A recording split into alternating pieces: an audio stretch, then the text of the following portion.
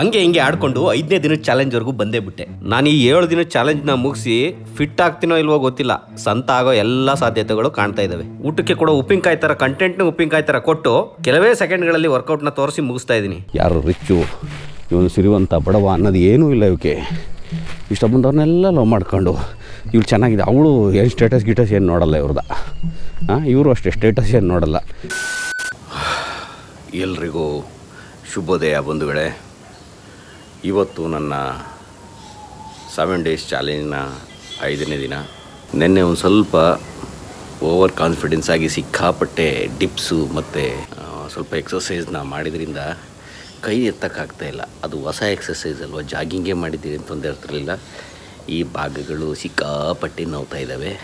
ನಿಮಗೆ ಹೇಳಿ ಎಲ್ಲಿ ಮಾತು ತಪ್ಪಿ ಮರ್ಯಾದೆ ಹೋಯ್ತವೋ ಅಂತ ನಾನು ಈ ಚಾಲೆಂಜ್ನ ಕಂಪ್ಲೀಟ್ ಮಾಡೋಕ್ಕೆ ಪ್ರತಿದಿನ ಎದ್ದು ಹೋಗ್ತಾಯಿದ್ದೀನಿ. ಇದನ್ನು ನೋಡಿದಾಗ ನನಗೊಂದು ಅನಿಸುತ್ತೆ, ಕೆಲವೊಮ್ಮೆ ಕಮಿಟ್ಮೆಂಟ್ ಆಗಿಬಿಡ್ಬೇಕು. ಸಿಕ್ಕಾಪಟ್ಟೆ ಕಮಿಟ್ಮೆಂಟ್ ಆದಾಗ ನಾವು ಏನೂ ಮಾಡೋಕ್ಕಾಗಲ್ಲ. ಯಾರಿಗಾದ್ರೂ ಹೇಳ್ಬಿಡ್ಬೇಕು ನಾನು ಮಾಡ್ತೀನಿ ಅಂತ. ಯಾಂಥವ್ರ ಹತ್ರ ಹೇಳ್ಬೇಕು ಅಂದರೆ, ನೀವು ಮಾಡಲಿಲ್ಲ ಅಂದರೆ ಅವ್ರು ನಿಮ್ಮನ್ನು ನೋಡಿ ಬಿಡ್ಕೊಂಡು ನಗಾಡಬೇಕು. ಅಂಥವ್ರ ಹತ್ರ ಹೇಳ್ಕೋಬೇಕು. ಆವಾಗ ನೀವು ಹೋಗೋಕ್ಕಾಗಲಿಲ್ಲ ಅಂದರೂ ನಿಮ್ಮ ಒಳಗಿರೋ ಆ ಭಾವನೆ ಇದೆಯಲ್ಲ, ಆ ಭಾವನೆ ಏನಾದರೂ ಮಾಡಿ ನಿಮ್ಮನ್ನು ಕಳಿಸುತ್ತೆ ಹೊರಗಡೆ. ಬನ್ನಿ ಇವತ್ತಿನ 5ನೇ ದಿನದ 7 ಡೇಸ್ ಚಾಲೆಂಜ್ನ ಶುರು ಮಾಡೋಣ. ಹಂಗೆ ಹಿಂಗೆ ಆಡ್ಕೊಂಡು 5ನೇ ದಿನದ ಚಾಲೆಂಜ್ವರೆಗೂ ಬಂದೇ ಬಿಟ್ಟೆ. ಇನ್ನು ಉಳಿದಿರೋದು 2 ದಿನ ಮಾತ್ರ. ನಾನು ಈ 7 ದಿನದ ಚಾಲೆಂಜ್ನ ಮುಗಿಸಿ ಫಿಟ್ ಆಗ್ತೀನೋ ಇಲ್ವೋ ಗೊತ್ತಿಲ್ಲ. ಸಂತ ಆಗೋ ಎಲ್ಲ ಸಾಧ್ಯತೆಗಳು ಕಾಣ್ತಾ ಇದ್ದಾವೆ. ಯಾಕೆ ಅಂತ ಈ ವಿಡಿಯೋ ಫುಲ್ ನೋಡಿ ಗೊತ್ತಾಗುತ್ತೆ. ಇಲ್ಲೇ ಎಚ್ಚರಿಕೆ ಕೊಡ್ತಾ ಇದ್ದೀನಿ, ಈ ವಿಡಿಯೋದಲ್ಲಿ ವರ್ಕೌಟ್ಗಿಂತ ಬೋಧನೆಗಳೇ ಜಾಸ್ತಿ ಇದ್ದಾವೆ. ನಾನು ಹೇಳೋದೆಲ್ಲ ಸರಿನೋ ತಪ್ಪೋ ನನಗೆ ಗೊತ್ತಿಲ್ಲ. ನಿಮ್ಮ ಹತ್ರ ಹಂಚ್ಕೊಬೇಕು ಅನ್ನಿಸ್ತು, ಹಂಚ್ಕೊಂಡಿದ್ದೀನಿ. ನನ್ನ ಹುಚ್ಚತನಕ್ಕೆ ಸ್ವಲ್ಪ ಕ್ಷಮೆ ಇರಲಿ. ನೋಡಿ ಎಷ್ಟು ನೀಟಾಗಿ ಅವರು ಎಕ್ಸಸೈಸ್ ಮಾಡ್ತವ್ರು ಬೆಳಗ್ಗೆ ಎದ್ದು. ಈ ಕಡೆ ಮನೆ ಕೆಲಸನೂ ಆಯಿತು, ಈ ಕಡೆ ಮನೆಗೆ ನೀರು ಬಂತು. ನಾವು ಹಳ್ಳಿಯಿಂದ ಕಸ ಗುಡಿಸುವೆ ನಾನು ತಿಪ್ಪೆದ. ಬೆಳಗ್ಗೆ ಎದ್ದಿದ ತಕ್ಷಣ ಅಲಾರಾಮ್ ಏನು ಗೊತ್ತಾ, ನಮ್ಮಮ್ಮ ಪಾಪಿ ನನ್ನ ಮಕ್ಕಳ ಊರವರೆಲ್ಲ ಹೋಗಿ ಕಸ ಗುಡಿಸ್ತವ್ರೆ, ಎಲ್ಲ ಕೆಲಸ ಮುಗಿಸ್ಕೊಬತ್ತವ್ರೆ, ನೀವು ನೋಡಿದ್ರೆ ಇನ್ನೂ ಮಲಗಿದ್ದೀರಲ್ಲ, ನೀವು ಉದ್ಧಾರ ಆಯ್ತೀರಾ ಹಂಗೆ ಹಿಂಗೆ ಅಂತ ನಮ್ಮಮ್ಮ ಬಾಯಿ ಬಂದಂಗೆ ಬೈತಾನೇ ಇರೋದು. ಅದು ನಮಗೆ ಅಲಾರಾಮು ಬೆಳಗ್ಗೆ ಎದ್ದಾಗ. ಅದಾದಮೇಲೆ ಹೋಗಿ ಕಸ ಗುಡಿಸಿ ಕಡಿಮೆ ಅಂದರೆ ಒಂದು ಅರ್ಧ ಕಿಲೋಮೀಟ್ರ್ ಹೋಗಿ ತಿಪ್ಪೆ ಕಸ ಹಾಕಿ ಬರುವು. ಅದಾದಮೇಲೆ ಸ್ಕೂಲಿಗೆ ಹೋಗ್ಬೇಕು ಅಂದರೆ 2 ಕಿಲೋಮೀಟ್ರ್ ನಡಿಬೇಕು. ಬರೀ ರಾಗಿ ರೊಟ್ಟಿ ಕಾಯಿ ಚಟ್ನಿ, ಯಾವ ಫ್ಯಾಟ್ ಗೀಟ್ ಎಂಥದೂ ಇಲ್ಲ. ಅದನ್ನು ತಿನ್ನೋಣ. ಅದು ಒಳ್ಳೆ ಹೆಂಗಿರೋದನ್ನು ಕೊಡ್ಲಿ ತಗೊಂಡು ಮುರಿಬೇಕಾಗಿತ್ತು. ಅದು ಮುರ್ಕೊಂಡು ಕಟನ ಬಾಯೊಳಗೆ ಹಟ್ಕೊಂಡು ಹಾಕಿದ್ರೆ ತುಟಿ ಸೊಂದಿ ಎಲ್ಲ ಕುಯ್ಕೊ ಹೋಗೋದು. ಹಂಗೆ ಶಾರ್ಪ್ ಬ್ಲೇಡ್ ಇದ್ದಂಗಿರೋವು ರೊಟ್ಟಿಗಳು. ಅವನು ತಿಂದು ಸ್ಕೂಲಿಗೆ ಹೊಟ್ರೆ 2 ಕಿಲೋಮೀಟ್ರು ನಡಿಬೇಕಾಗಿತ್ತು. ಟೈಮ್ ಬೇರೆ ಆಗಿರೋದು, ಅಲ್ಲಿ ಬೇರೆ ಓಡುವು. ವೀಕೆಂಡ್ಸಲ್ಲಂತೂ ದನ ಕಾಯೋದು, ಕೆರೊಳಗೆ ನೆಗೆಯೋದು, ಮರ ಹತ್ತೋದು, ತೆಂಗಿನ ಮರ ಕಾಯ್ಕಿಡ್ಕೊ ಬರೋದು, ಇವೇ ಇರೋವು. ಇವೆಲ್ಲ ಏನು ಗೊತ್ತಾ, ಈಗ ಎಕ್ಸಸೈಸು ನಮಗೆ ಪರ್ಟಿಕ್ಯುಲರ್ಲಿ ಹೋಗಿ ನಾವು ಜಿಮ್ ಮಾಡಬೇಕು ಅದು ಇದು ಆ ಥರ ಏನೂ ಇರಲಿಲ್ಲ. ಆರೋಗ್ಯವಾಗಿದ್ದು. ನನ್ನ ಹೊಟ್ಟೆ ಹೆಂಗಿತ್ತು ಅಂದರೆ, ಹೊಟ್ಟೆ ಒಳಗೆ ಎಳ್ಕೊಂಡ್ರೆ ಬೆನ್ನಿ ಟಚ್ ಆಗೋದು. ಹೊಟ್ಟೆ ಹಸುವು ಅಂದರೆ ಮಂಕ್ರಿ ಗಟ್ಟಲೆ ತಿನ್ನುವೆ. ಈ ಸಿಟಿ ಜೀವನ ಅನ್ನೋದು ಏನಿದೆ, ಹಣದ ಆಸೆ. ಈ ಹಣದ ಆಸೆ ನಮ್ಮನ್ನು ಏನು ಮಾಡ್ತು, ಸಿಟಿಗೆ ಹೋಗಂಗೆ ಮಾಡ್ತು. ಜೀವನದಲ್ಲಿ ಡೆವಲಪ್ ಆಗಬೇಕು, ಎಲ್ಲರಿಗೆ ಬೈಕ್ ತಗೊಂಡು ಓಡಿಸ್ಬೇಕು, ಕಾರ್ ತಗೊಂಡು ಓಡಿಸ್ಬೇಕು, ನಮಗೊಂದು ಸೈಟ್ ಇರಬೇಕು, ಮನೆ ಇರಬೇಕು ಅನ್ನೋದು ನಮ್ಮನ್ನು ಸಿಟಿಗೆ ತಳ್ತು. ಸಿಟಿಗೆ ತಂದು ಒಂದೇ ವರ್ಷದಲ್ಲಿ ಹೊಟ್ಟೆಯಲ್ಲಿ ಊಟ ಸೇರಿದಂಗೆ ಆಯಿತು. ಯಾಕಂದರೆ ಕೂತಿದ್ದ ಜಾಗದಲ್ಲೇ 12-14 ಗಂಟೆ ಕೂತು ಕಲಿಯೋದು, ಕಂಪ್ಯೂಟರ್ನ ಅವು ಇವು ಮಾಡೋಕ್ಕೆ ನಿಂತ್ಕೊಂಡು. ಅದಾದಮೇಲೆ 15 ವರ್ಷ ಸತತವಾಗಿ ಕೂತ ಕಾರಣ ದೇಹದಲ್ಲಿರೋ ಪ್ರತಿಯೊಂದು ಅಂಶಗಳು ಬದಲಾವಣೆ ಆಗೋಯ್ತು. ಇವಾಗ ಯಾವ ಕಂಡೀಷನಲ್ಲಿದೆ ಅಂದರೆ, ಸರಿಯಾಗಿ ಊಟ ಸೇರಲ್ಲ, ಗ್ಯಾಸ್ಟ್ರಿಕ್ ಇಶ್ಯೂ, ಎದ್ರೆ ಕೂರೋಕ್ಕಾಗಲ್ಲ, ಸರಿಯಾಗಿ ಕೂತ್ರೆ ಎದ್ರೆ ಹೇಳೋಕ್ಕಾಗಲ್ಲ, ಇಂಥ ಸಮಸ್ಯೆಗಳಿದ್ದಾವೆ. ಈ ಕಂಡೀಷನ್ ಇದೆ. ನಾನು ಇಷ್ಟು ದಿನ ಸರ್ವೈವ್ ಮಾಡ್ಕೊಂಬಂದಿದ್ದೀನಿ ಅಂದರೆ, 40ನೇ ವರ್ಷ ಆಗಕ್ಕೆ ಬಂದರೂ ಸರ್ವೈವ್ ಮಾಡ್ತಿದ್ದೀನಿ ಅಂದರೆ, ನಾನು ಆಗಿನ ನನ್ನ ಯಂಗ್ ಏಜಲ್ಲಿ ಮಾಡಿದಂಥ ಆ ಕೆಲಸಗಳು ಇದು ಇವತ್ತು ನಾನು ಇಲ್ಲಿವರೆಗೆ ತಗೊಂಬಂದಿದ್ದಾವೆ. ಇನ್ನು ಮುಂದಕ್ಕೆ ತಗೊಂಡೋಗುತ್ತೆ ಅಂತ ಅದು ಗ್ಯಾರಂಟಿ ಕೊಡಲ್ಲ. ಇನ್ನು ಮುಂದೆ ಏನಾದರೂ ನಾವು ಕಂಟ್ರೋಲ್ ಮಾಡಬೇಕು. ಇಲ್ಲ ಜಮೀನು ತಗೊಂಡು ಹಳ್ಳಿಗೆ ಹೋಗಿ ಉಳುಮೆ ಮಾಡಬೇಕು, ಗೇಯಬೇಕು, ಆಗಲೇ ಎಲ್ಲ ಸರಿ ಹೋಗೋದು. ನನಗೇನೋ ಮನಸ್ಸು ಯಾಕೋ ಸಿಟಿ ಕಡೆಯಿಂದ ಹಳ್ಳಿ ಕಡೆ ಎಳೀತಾ ಇದೆ. ನಾನು ಹೋದ್ರೂ ಹೋದೆ, ಹೇಳೋಕ್ಕಾಗಲ್ಲ. ಬೆಳಗ್ಗೆ ಎದ್ದು ಕೊಕ್ಕರೆಣ್ಣದ ಮೀನು ಹಿಡಿತಾವೆ. ನಮ್ಮ ಜೀವನದಲ್ಲಿ ಇದೇ ಒಂದು ಆಶ್ಚರ್ಯ, ಇವು ಹೆಂಗೆ ಮೀನು ಹಿಡಿತಾವೆ ಅಂತ.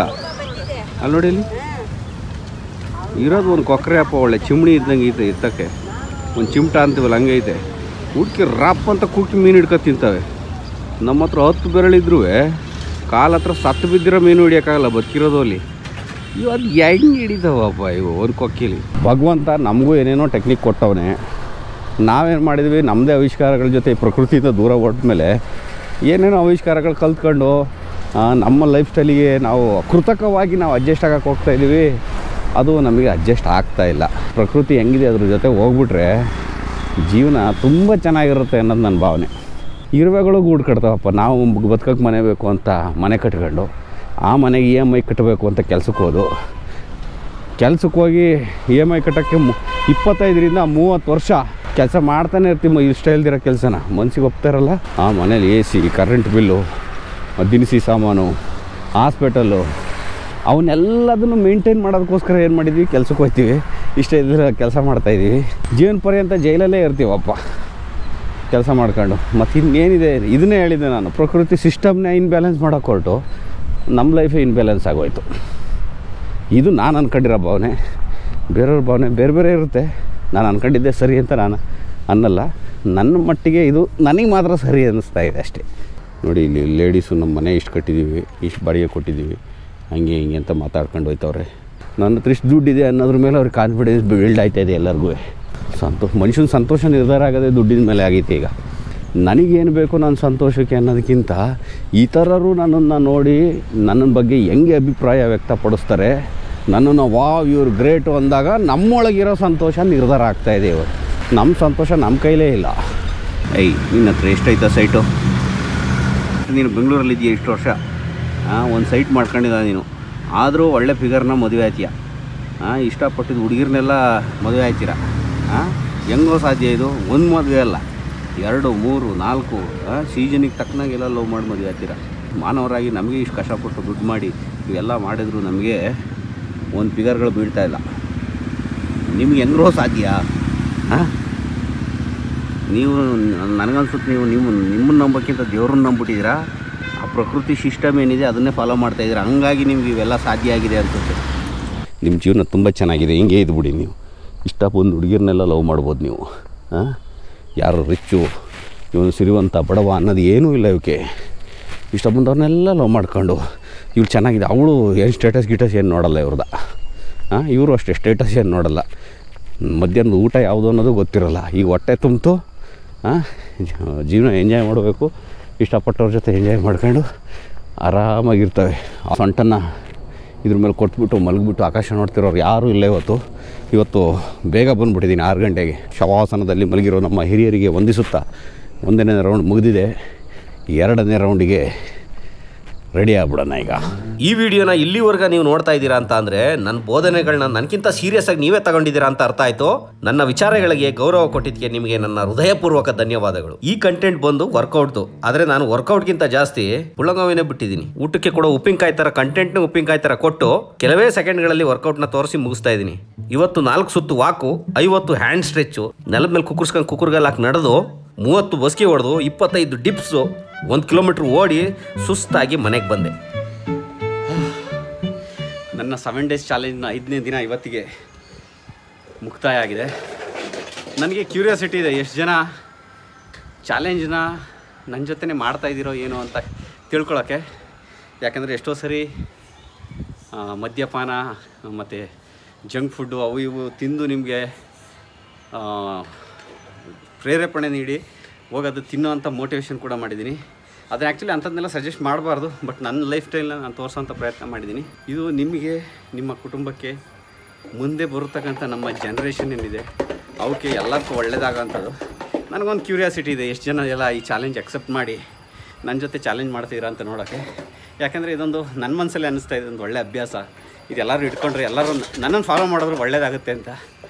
ಹಂಗಾಗಿ ಒಂದು ಕ್ಯೂರಿಯಾಸಿಟಿ ಇದೆ. ಸಾಧ್ಯ ಆದಷ್ಟು ಯಾರೆಲ್ಲ ಫಾಲೋ ಮಾಡ್ತಾಯಿದ್ದೀರಾ ಕಮೆಂಟ್ ಮಾಡಿ. ನಾನೇನಾದರೂ ತಪ್ಪು ಮಿಸ್ಟೇಕ್ಗಳು ಮಾಡ್ತಾಯಿದ್ರೆ ಈ ಥರ ಮಾಡಿ ಅಂತ ಸಜೆಷನ್ ಕೊಡೋರು ಕೂಡ ದಯವಿಟ್ಟು ಕೆಳಗಡೆ ಸಜೆಷನ್ ಕೊಡಿ. ನನಗೆ ಅದ್ರ ಬಗ್ಗೆಯೂ ಅನುಭವ ಇಲ್ಲ. ಇದೆಲ್ಲ ಎಕ್ಸಸೈಸ್ ಮಾಡಿ ಇವೆಲ್ಲ ಹಳ್ಳೀಲಿ ಇದ್ದಂಥ ಜೀವನ ದೇಹನ ಯಾವ ಥರ ಮೇಂಟೈನ್ ಮಾಡ್ತಾಯಿದ್ದೆ ಆ ಥರ ಮೇಂಟೈನ್ ಮಾಡ್ತಾಯಿದ್ದೀನಿ ಅಷ್ಟೇ. ಸಾಧ್ಯ ಆದರೆ ಆಹಾರ ಪದ್ಧತಿ ಯಾವ ಥರ ತಗೊಬೇಕು, ಈ ಏಜ್ಗೆ ಯಾವ ಥರ ಮೇಂಟೈನ್ ಮಾಡಬೇಕು ಅನ್ನೋದನ್ನು ಕಮೆಂಟ್ ಮಾಡಿ. ನಾನು ಸಾಧ್ಯ ಆದಷ್ಟು ಫಾಲೋ ಮಾಡೋ ಪ್ರಯತ್ನ ಮಾಡ್ತೀನಿ. ಇನ್ನು 2 ದಿನ ಇದೆ. ಇನ್ನು 2 ದಿನ ಚಾಲೆಂಜ್ ಮುಗಿಸಿದ್ರೆ ನನ್ನ 7 ಡೇಸ್ ಚಾಲೆಂಜ್ ಕಂಪ್ಲೀಟ್ ಆಗುತ್ತೆ. ಯಾವುದೇ ಹಂತದಲ್ಲೂ ನಿಲ್ಲಿಸಲ್ಲ, ಕಂಪ್ಲೀಟ್ ಮಾಡೇ ಮಾಡ್ತೀನಿ. ಕೊಟ್ಟ ಮಾತಿಗೆ ತಪ್ಪಬಾರ್ದು ಅಂತ. ಇದಕ್ಕೆಲ್ಲದಕ್ಕೂ ನೀವೇ ಕಾರಣ. ನಿಮಗೆ ಚಾಲೆಂಜಿಗೆ ನಾನು ಏನು ಹೇಳಿಲ್ಲ ಅಂದರೆ ಮೊದಲನೇ ದಿನವೇ ನಿಂತೋಗಿರ್ತಿತ್ತು. ನಿಮ್ಮ ಸಹಕಾರ, ನಿಮ್ಮ ಶೇರು, ನಿಮ್ಮ ಲೈಕ್ಸು, ನಿಮ್ಮ ಕಮೆಂಟ್ಸು ನನ್ನನ್ನು ಈ ಹಂತಕ್ಕೆ ತಗೊಬರ್ತಾಯಿದೆ. ಈಗಂತ ಹೇಳ್ತಾ ಇವತ್ತಿನ ಈ 5ನೇ ದಿನದ 7 ಡೇಸ್ ಚಾಲೆಂಜ್ನ ಕಂಪ್ಲೀಟ್ ಮಾಡ್ತಾಯಿದ್ದೀನಿ. ಮತ್ತೆ ಸಿಗೋಣ ನಾಳಿನ ಚಾಲೆಂಜಲ್ಲಿ. ಎಲ್ರಿಗೂ ಒಳ್ಳೆಯದಾಗಲಿ. ಜೈ ಹಿಂದ್, ಜೈ ಕರ್ನಾಟಕ.